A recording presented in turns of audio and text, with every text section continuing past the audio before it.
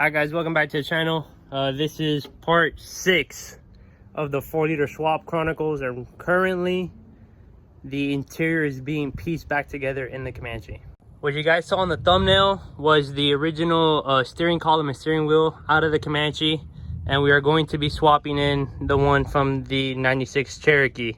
It bolts right up. The only modification you have to do is right here on each of these things. There's these little blue tabs. I just use a screwdriver and a hammer and just hit them out, because those blue tabs are not going to fit the 15 mil bolts that hold the steering column up.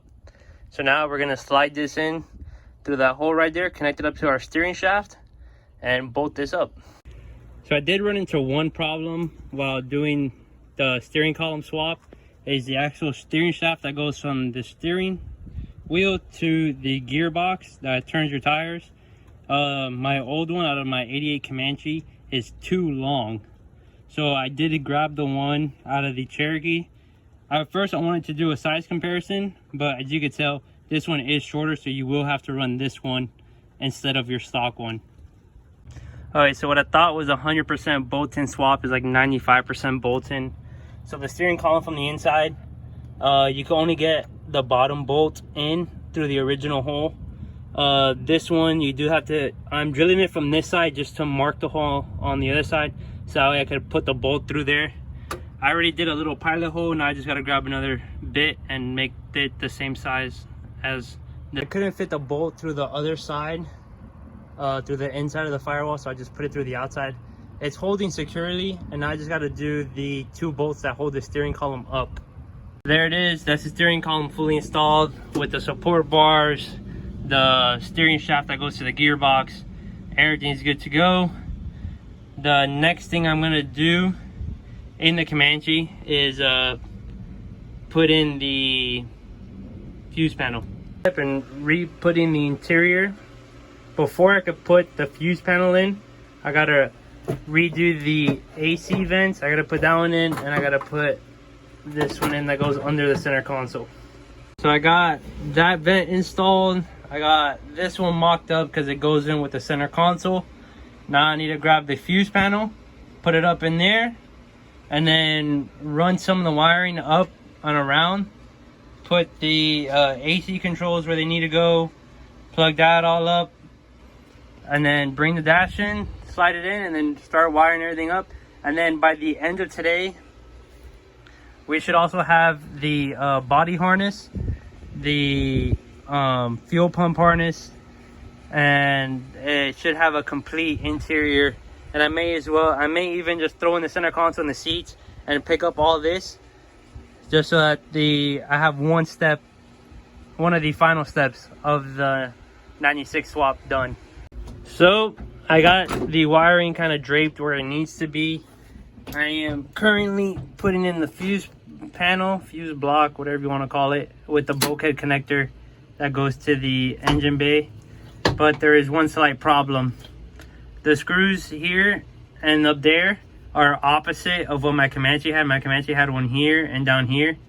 So I'm gonna have to drill 2 new holes on the firewall just so I could mount that up perfectly. The fuse panel, or the bulkhead connector, and the fuse panel is in. See, that's what I was talking about. The old holes are opposite of where the new ones have to be. I threw my clutch master in just so I knew there was clearance inside the firewall, just because the Cherokee I got this from, the Cherokee I got the fuse panel and the bulkhead connector from is an automatic, so it doesn't have a clutch master. So I just wanted to make sure that fit. And then continuing this video tomorrow,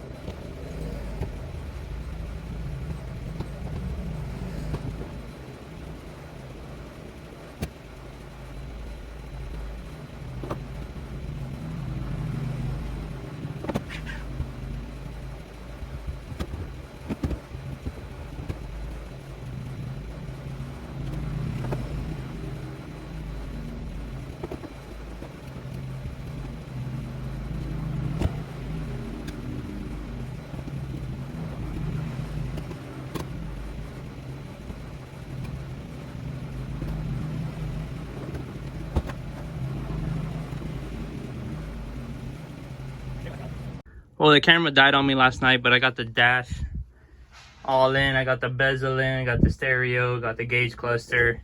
The only thing I really need left is the cover piece, whatever. I don't know if it'll fit or not, just because the dash, the steering wheel distance in the Comanche's a little shorter than what it is in the Cherokee.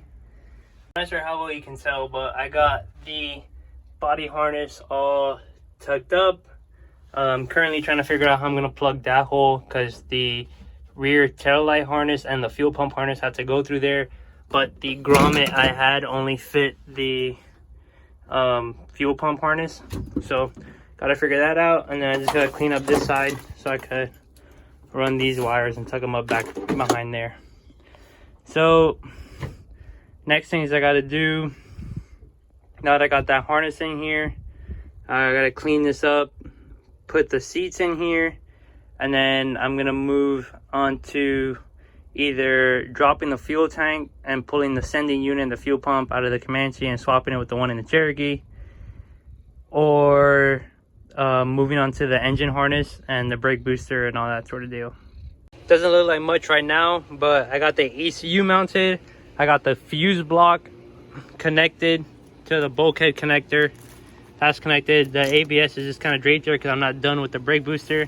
But now it's time to start just wrapping the wiring and figure out where I want everything to be. Well guys, this is where I'm at right now.